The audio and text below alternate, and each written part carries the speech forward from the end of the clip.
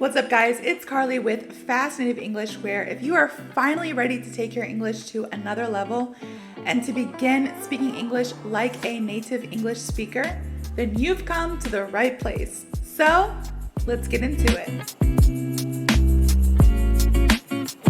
What's up, guys? I have a slang phrase for you all today, but this slang phrase is a little unique, and it's unique because it is derived directly from an actual word.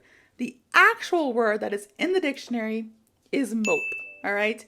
This is an actual word. It's a verb. It's in the dictionary. You can look it up right now. It's going to be there. I'm not lying to you all. But we kind of made a slang phrase derived from this word, and that is what we're going to go over today, which is moping around. Moping around. You can say moping around, but a lot of times you'll just hear moping around, especially here in the South where I'm from.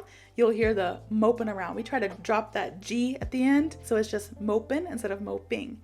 Now, what does this mean? Moping around or moping around just means to move from one place to another without any particular purpose or energy because you are unhappy or disappointed.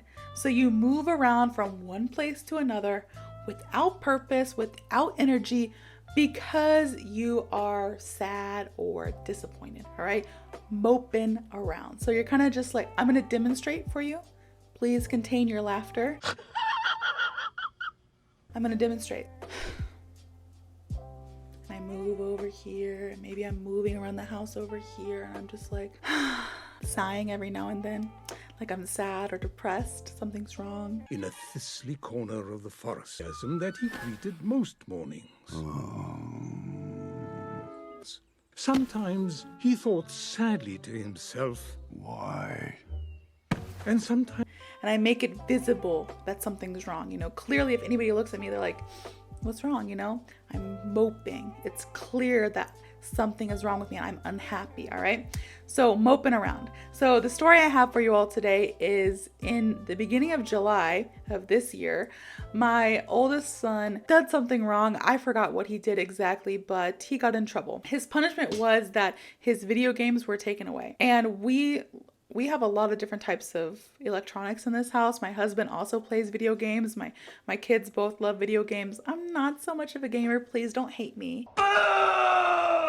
I used to like to play games when I was younger, but as I get older, I don't mind it, but I just don't find it as interesting, and I don't really have a lot of time. So I'm not that big of a gamer, but my family is.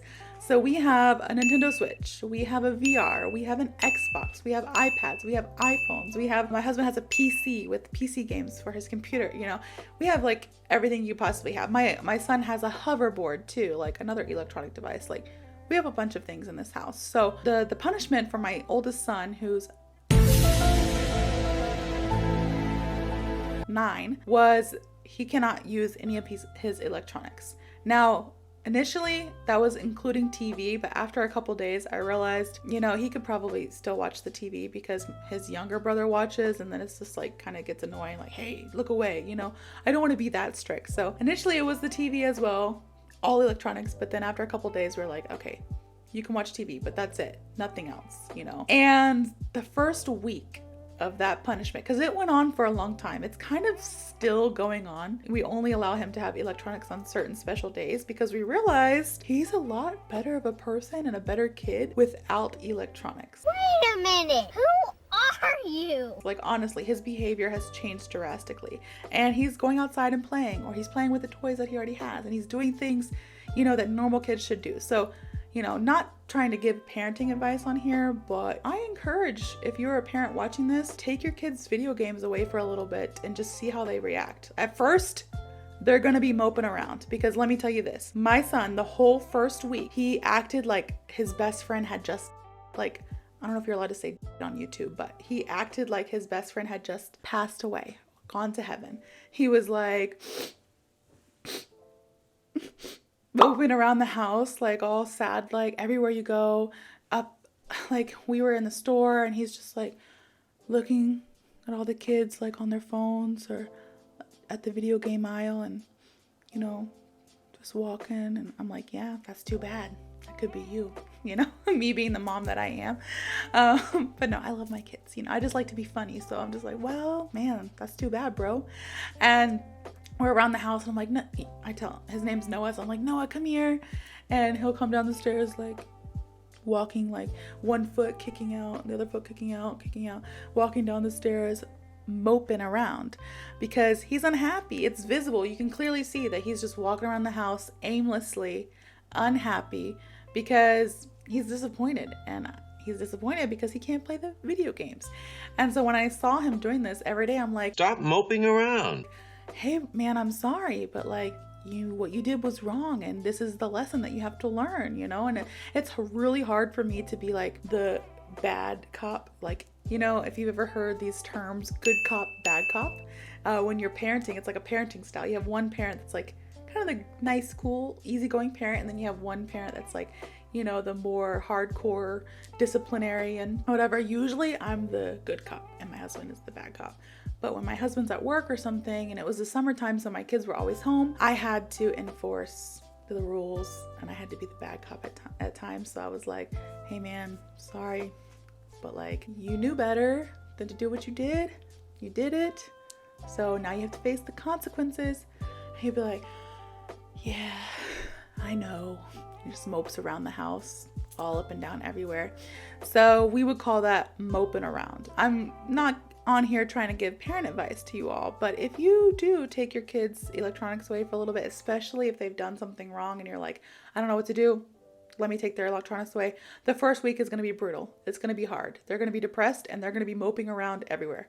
But after that, they become like a different kid. They start playing with the toys that you spend so much money on that just sit there and collect dust. They start playing with that, or they go outside and they kick the ball and play with their neighborhood friends like I used to do growing up. You know, they experience things like, you know, that's a whole new world to them because they're so glued to electronics all the time. But for me, that was just like my childhood. Like I would go outside and I would stay outside all day, and then it gets dark and my mom's like, Carley, you better come home right now. And I'm like, yes ma'am. I come running home, you know. That was like my normal childhood. So not trying to give parent advice, but low key, you should do it. You should try it just once. Next time. Keep that in the back of your mind. For next time.